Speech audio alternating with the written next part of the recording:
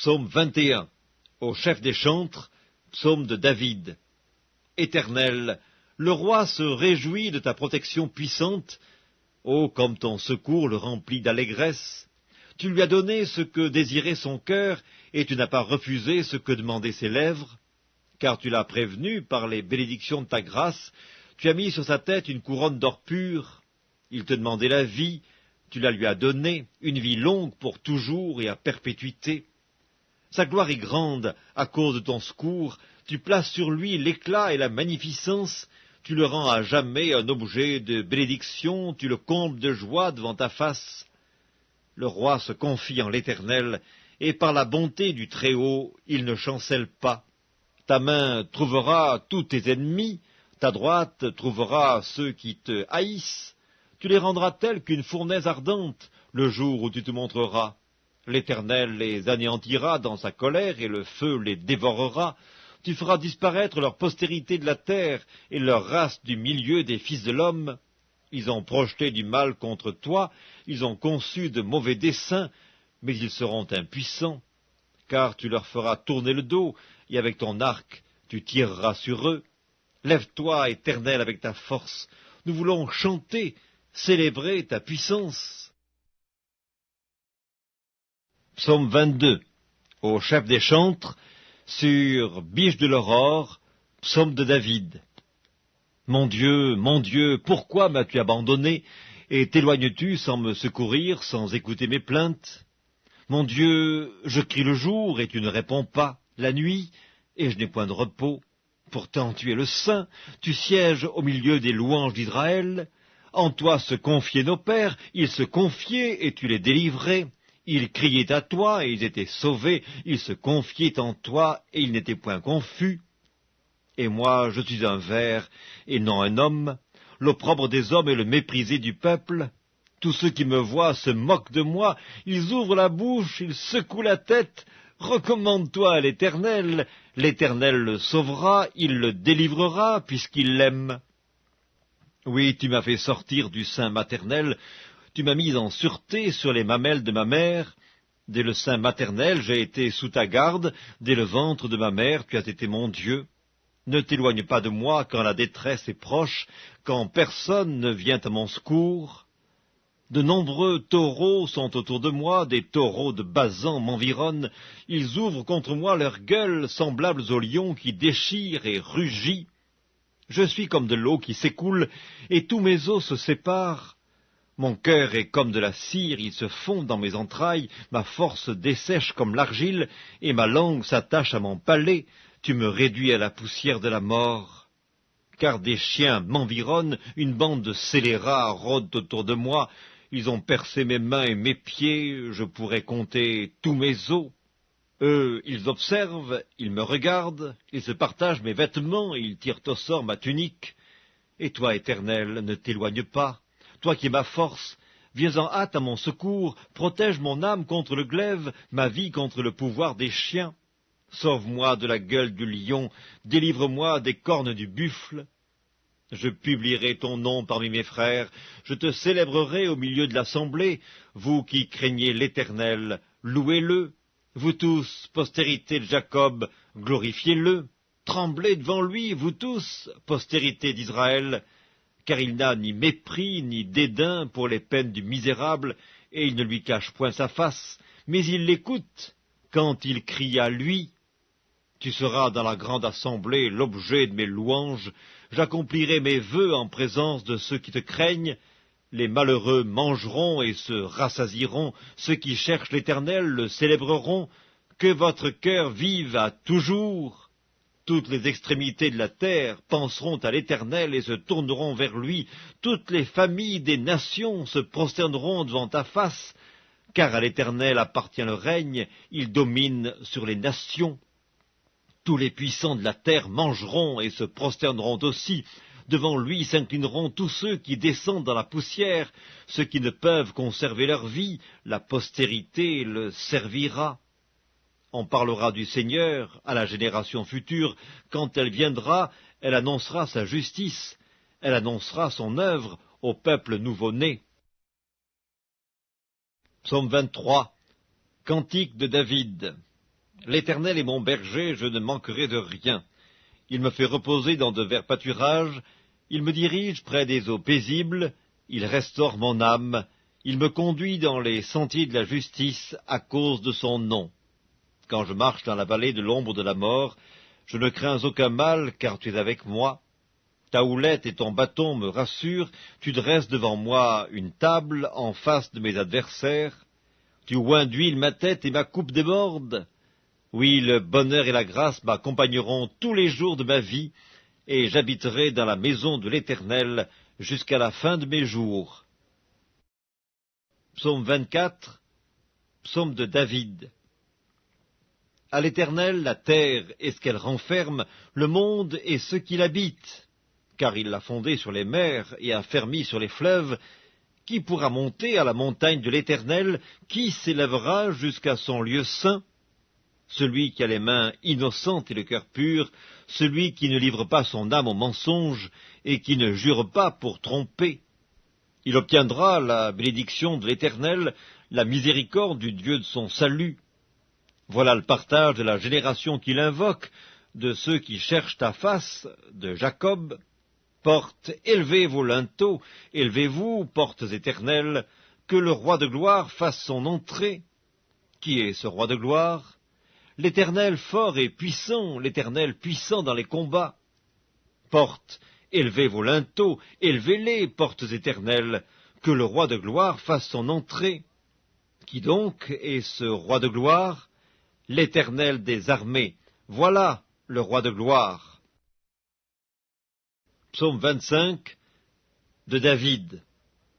Éternel, j'élève à toi mon âme. Mon Dieu, en toi je me confie, que je ne sois pas couvert de honte, que mes ennemis ne se réjouissent pas à mon sujet. Tous ceux qui espèrent en toi ne seront point confondus, ceux-là seront confondus qui sont infidèles sans cause. Éternel, fais-moi connaître tes voies, enseigne-moi tes sentiers, conduis-moi dans ta vérité et instruis-moi, car tu es le Dieu de mon salut, tu es toujours mon espérance. Éternel, souviens-toi de ta miséricorde et de ta bonté, car elles sont éternelles. Ne te souviens pas des fautes de ma jeunesse, ni de mes transgressions, souviens-toi de moi selon ta miséricorde, à cause de ta bonté, ô Éternel. L'Éternel est bon et droit, c'est pourquoi il montre aux pécheurs la voie. Il conduit les humbles dans la justice, il enseigne aux humbles sa voie. Tous les sentiers de l'Éternel sont miséricorde et fidélité pour ceux qui gardent son alliance et ses commandements. C'est à cause de ton nom, ô Éternel, que tu pardonneras mon iniquité, car elle est grande. Quel est l'homme qui craint l'Éternel? L'Éternel lui montre la voie qu'il doit choisir. Son âme reposera dans le bonheur, et sa postérité possédera le pays. L'amitié de l'Éternel est pour ceux qui le craignent, et son alliance leur donne instruction. Je tourne constamment les yeux vers l'Éternel, car il fera sortir mes pieds du filet. Regarde-moi, et pitié de moi, car je suis abandonné et malheureux, les angoisses de mon cœur augmentent, tire-moi de ma détresse. Vois ma misère et ma peine, et pardonne tous mes péchés. Vois combien mes ennemis sont nombreux, et de quelle haine violente ils me poursuivent. Garde mon âme et sauve-moi, que je ne sois pas confus quand je cherche auprès de toi mon refuge, que l'innocence et la droiture me protègent quand je mets en toi mon espérance. Ô Dieu, délivre Israël de toutes ses détresses.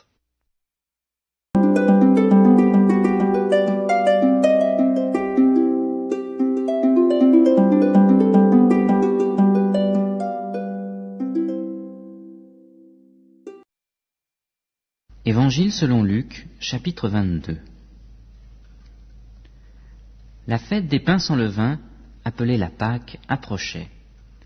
Les principaux sacrificateurs et les scribes cherchaient comment faire mourir Jésus, car ils craignaient le peuple. Or, Satan entra dans Judas, appelé Iscariote, qui était du nombre des 12.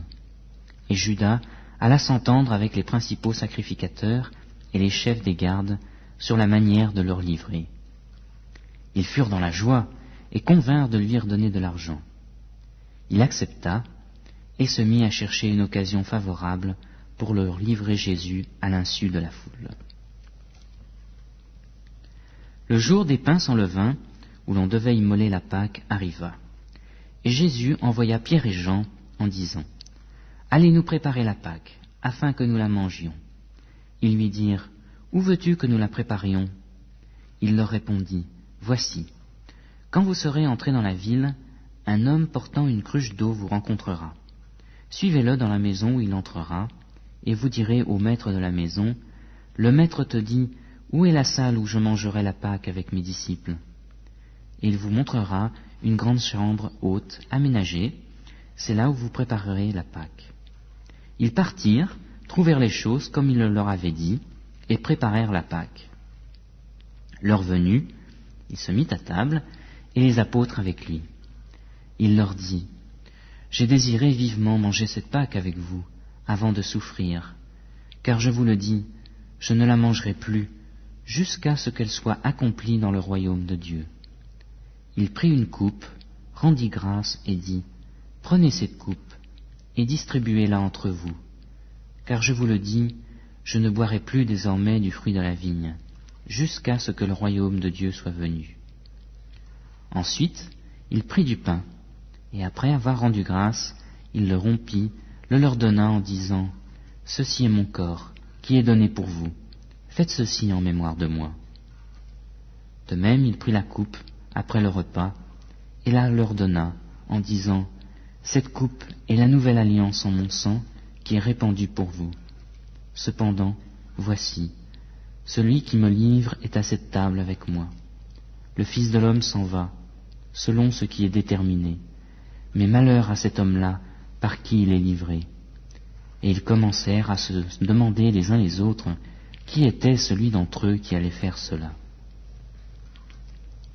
Il s'éleva aussi parmi eux une contestation. Lequel d'entre eux devait être estimé le plus grand ? Jésus leur dit : « Les rois des nations les dominent, et ceux qui ont autorité sur elles se font appeler bienfaiteurs. Il n'en est pas de même pour vous, mais que le plus grand parmi vous soit comme le plus jeune, et celui qui gouverne comme celui qui sert. Car qui est le plus grand, celui qui est à table ou celui qui sert ? N'est-ce pas celui qui est à table ? Et moi, cependant, je suis au milieu de vous comme celui qui sert. Vous êtes ceux qui avez persévéré avec moi dans mes épreuves.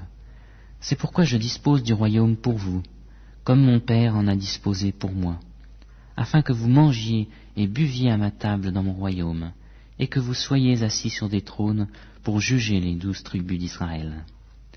Simon, Simon, Satan vous a réclamé pour vous passer au crible comme le blé. Mais j'ai prié pour toi, afin que ta foi ne défaille pas. Et toi, quand tu seras revenu à moi, affermis tes frères. Seigneur, lui dit Pierre, je suis prêt à aller avec toi, en prison et à la mort. Et Jésus dit, Pierre, je te le dis, le coq ne chantera pas aujourd'hui, que tu n'aies nié 3 fois de me connaître. Il leur dit encore, quand je vous ai envoyé, sans bourse, ni sac, ni sandales, avez-vous manqué de quelque chose ? Ils répondirent, de rien. Et il leur dit, maintenant, au contraire, que celui qui a une bourse la prenne, de même celui qui a un sac, et que celui qui n'a pas d'épée vende son vêtement et en achète une. Car je vous le dis, ce qui est écrit doit s'accomplir en moi. Il a été compté parmi les malfaiteurs. Et ce qui me concerne touche à sa fin. Ils répondirent, Seigneur, voici 2 épées. Et il leur dit, c'est assez. Après être sorti, il alla selon sa coutume au mont des Oliviers. Ses disciples le suivirent. Arrivé à cet endroit, il leur dit, priez, afin de ne pas entrer en tentation. Puis il s'écarta d'entre eux, d'environ un jet de pierre, se mit à genoux et pria, en disant, Père, si tu le veux, éloigne de moi cette coupe. Toutefois, que ce ne soit pas ma volonté, mais la tienne qui soit faite. Alors un ange lui apparut du ciel pour le fortifier. En proie à l'angoisse, il priait plus instamment, et sa sueur devint comme des grumeaux de sang qui tombaient à terre. Il se leva de sa prière et vint vers les disciples qu'il trouva endormis de tristesse. Et il leur dit, « Pourquoi dormez-vous? Levez-vous, priez, afin de ne pas entrer en tentation. » Comme il parlait encore, voici qu'une foule arriva, et celui qui s'appelait Judas, l'un des 12, marchait devant elle. Il s'approcha de Jésus pour lui donner un baiser. Jésus lui dit, « Judas, c'est par un baiser que tu livres le Fils de l'homme. » Ceux qui étaient avec Jésus, voyant ce qui allait arriver, dirent, « Seigneur, frapperons-nous de l'épée ?» Et l'un d'eux frappa le serviteur du souverain sacrificateur et lui emporta l'oreille droite. Mais Jésus prit la parole et dit, « Tenez-vous-en là !» Puis il toucha l'oreille de cet homme et le guérit.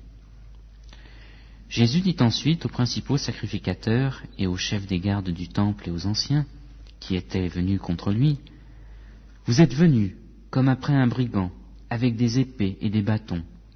J'étais tous les jours avec vous dans le temple, et vous n'avez pas mis la main sur moi. Mais c'est ici votre heure et le pouvoir des ténèbres. »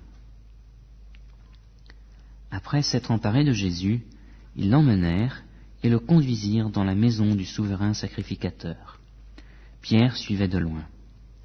Ils allumèrent du feu au milieu de la cour et s'assirent. Pierre s'assit au milieu d'eux.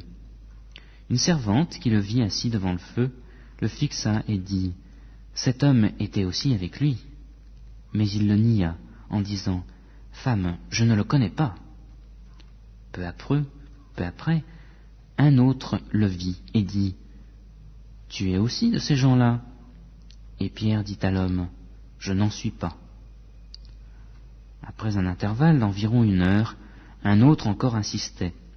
Certainement cet homme était aussi avec lui, car il est galiléen. Pierre répondit, « Toi, je ne sais pas ce que tu veux dire. » Au même instant, comme il parlait encore, le coq chanta. Le Seigneur se retourna et regarda Pierre. Et Pierre se souvint de la parole que le Seigneur lui avait dite. « Avant que le coq chante aujourd'hui, tu me renieras 3 fois. » Il sortit, et dehors il pleura amèrement. Les hommes qui tenaient Jésus se moquaient de lui et le frappaient.